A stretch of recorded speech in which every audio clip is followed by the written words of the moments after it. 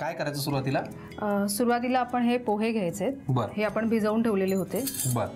Normally आपण फोडणीचे पोहे करताना जेवढा वेळ भिजवतो तितक्याच वेळ. हो. आता हे जवळपास 3 बटाट्यांचं मॅश केलेलं मिश्रण आहे. त्यानंतर गाजर टाकायचे किसलेलं. मग हे पनीर घेतलंय मी किसून. आता सगळे मसाले टाकूया आपण. ही हिरवी मिरची, गरम मसाला पावडर आहे, ही थोडीशी टाकूया आपण. ही धण्याची पावडर आहे, मिरपूड, काळी मिरी, चाट मसाला आपण जास्त घालायचा आहे कारण तो चटपटीत जो टेस्ट आहे ती ह्याच्यामुळेच येणार, चाट मसाल्यामुळे येणार आहे. हो. हे अद्रक आणि हा लिंबाचा रस. लाल तिखट. हो, लाल तिखट आपल्याला जसं हवं तसं. लहान मुलांसाठी आपण कमी घातलं तरी चालू शकतो. आणि मीठ.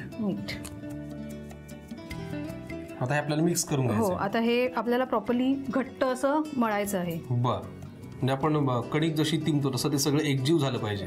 बरोबर ना? आपल्याला हे शालो फ्राय करायचं ना? हो. ठीक आहे, मग आपण एक काम करूयात. तोपर्यंत सर पॅन मध्ये तेल घालून आपण गॅस लावून घेऊयात. तेल किती हवंय सांगा बरं त्यांना. थोडंसं घाल. आता ह्याच्या आपल्याला फक्त टिक्कीज बनवायचे. आता ही आपली टिक्की तयार झाली. हो. आता ही टिक्की अशा शेप मध्ये बनवून त्याला आपण वरनं ब्रेड क्रम्स लावायचे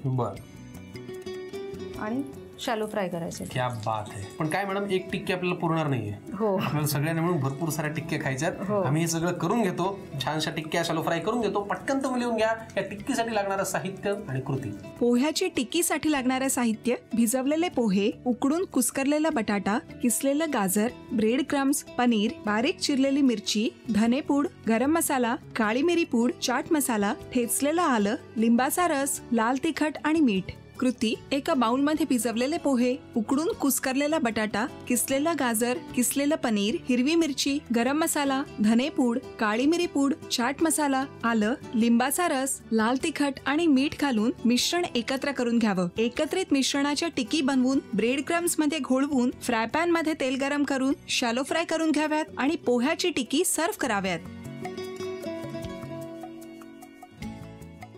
आम्ही सारे खवय्ये खाऊचा डबाच्या आजच्या भागात आपण घोडबंदर रोड भागातल्या गुडेकर कुटुंबियांकडे आलो आणि इतक्या छान गप्पा तुम्ही माझ्याशी मारल्या. तुमच्यासाठी एक्सपिरियन्स कसा होता? खूप छान होता. खूप एन्जॉय केला. तुमची पूर्ण टीम, म्हणजे द वे ते काम करत आहेत, त्यांचं डेडिकेशन मला खूप आवडलं. मजा येते ना? मस्त मजा. Thank you so much. आणि तुम्ही हे डेडिकेशन म्हणाला ती आमच्यासाठी फार मोठी पावती असते. आणि तुम्हाला कसं वाटलं आजचा अनुभव? खूपच छान एक्सपिरियन्स होता, अगदी डिफरंट. आणि जेव्हा आपण टी व्हीवरती बघतो तेव्हा माहीत नसतं की इतकी मोठी टीम असते ह्याच्या मागे आणि इतक्या साऱ्या छोट्या छोट्या गोष्टी असतात ह्याच्यामध्ये. So it was very good experience. Thank you so much. तुम्हाला तुमच्या भावी आयुष्यासाठी खूप शुभेच्छा. झी मराठीकडून ह्या भावी आयुष्यासाठी ही प्रेमाची भेटवस्तू. असेच छान हसत राहा आणि तुम्ही जो सकाळचा खाऊचा डबा एकत्र करताना तो असाच करत राहा. वा वा, थँक्यू सो मच. आणि खूप छान आजचा भाग तुमच्यामुळे रंगला. मला खूप मज्जा आली. पण तुम्हाला कसा वाटला आजचा भाग, आजच्या रेसिपीज, आमच्या गप्पा, हे सगळं आणि सगळं आम्हाला नक्की कळवा. आणि त्यासाठी लिहून घ्या आमचा हा पत्ता. Paneer mushroom stick with barbecue sauce करण्यासाठी लागणारं साहित्य: किसलेलं गाजर, उकडलेला बटाटा, पनीर, तांदूळाचं पीठ, रवा, मटार, मशरूम, कोबी, मीठ, मिरची, कोथिंबीर आणि बार्बेक्यू सॉस. कृती: प्रथम एका बाउलमध्ये किसलेलं गाजर, उकडलेला बटाटा, कुस्करलेलं पनीर, मटार, मशरूम, हिरवी मिरची, कोथिंबीर, कोबी, मीठ आणि तांदूळाचं पीठ घालून सर्व एकजीव करून घ्यावं. तयार मिश्रणाच्या स्टिक बनवून रव्यामध्ये घोळवून गरम तेलात तळून घ्याव्यात आणि सर्व्ह कराव्यात. मामी,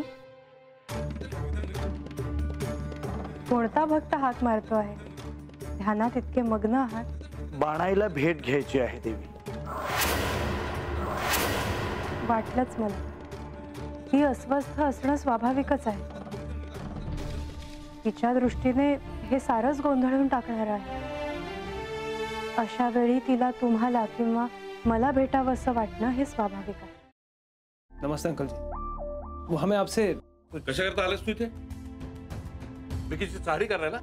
काय समजतो काय स्वतःला तू? अरे आजारपणात माझा जीव वाचला म्हणून घरातल्या पोरी बाळींवर. अरे कुठून येता तुम्ही? नाही ते उद्योग धंदे करता इथं. खपवून घेणार नाही मी सांगतो तुला. मी फार वाईट माणूस आहे, लक्षात ठेव. पोलिसात देणार होतो तुला. केवळ विकी आडवा आला म्हणून लक्षात ठेवलं. ते इथून दिंड काढणार होतो तुझी मी. मामा, आता आपण काहीच करू शकत नाही.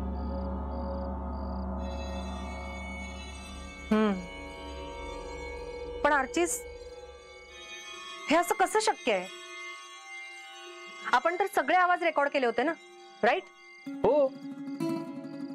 मग हे असे कोणते आवाज रेकॉर्ड झाले जे आपल्याला ऐकूच आले नाही? I mean, how can it be possible?